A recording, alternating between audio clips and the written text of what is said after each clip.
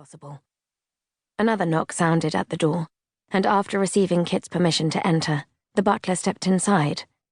"Mr. Herbert Flowers, Esquire," the butler intoned. A hale, middle-aged man in well-tailored clothing entered the room, carrying a leather portfolio.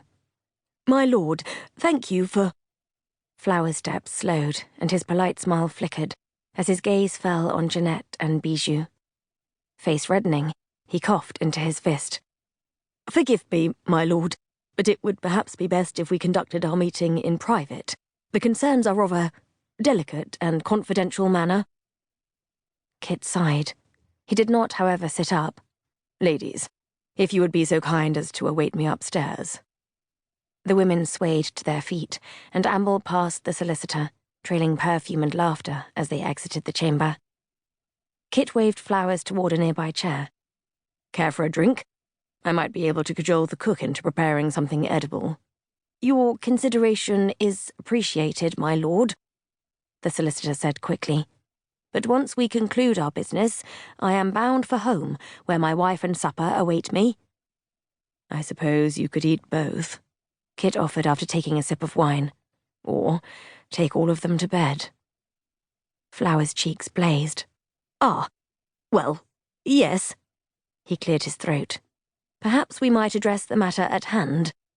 Smoothing a hand down his waistcoat, he said with gravity, "I understand you were an intimate of the late Lord Somerby." A throb of grief squeezed Kit's heart, just hearing the old man's name. "I first met him in Roliça in '08. Flowers' businesslike expression shifted into restrained melancholy. "The Marquis had been an esteemed client of my firm for 4 decades. The news of his death was met with considerable sorrow." The solicitor gazed at Kit with sympathy.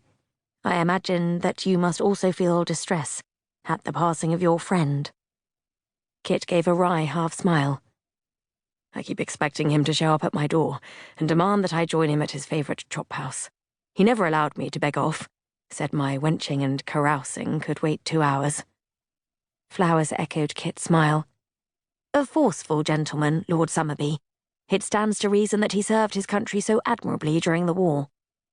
"No one said no to him," Kit agreed. "Well," he added with a self-deprecating shrug, "I tried. He had his ideas about troop movements, and I had mine." "And that is precisely what he admired about you," Flowers noted. "The Marquis told me so himself.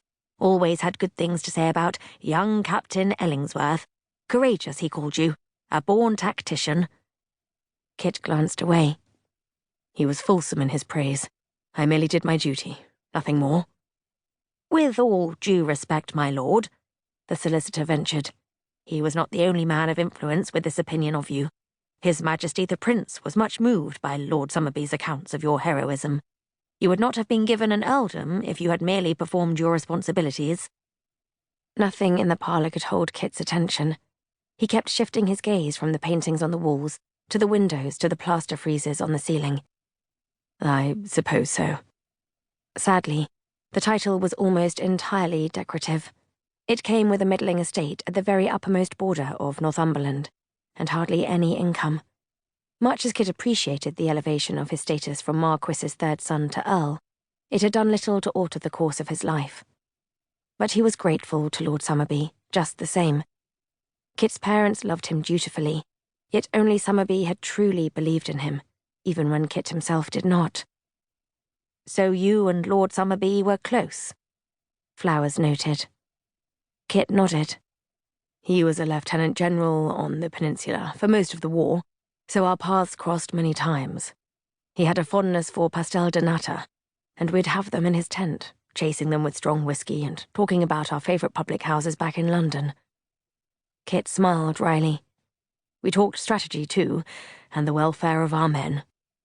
Some of the senior officers Kit had met during his time in the army had been cruel or heartless, concerned only with upholstering themselves with glory.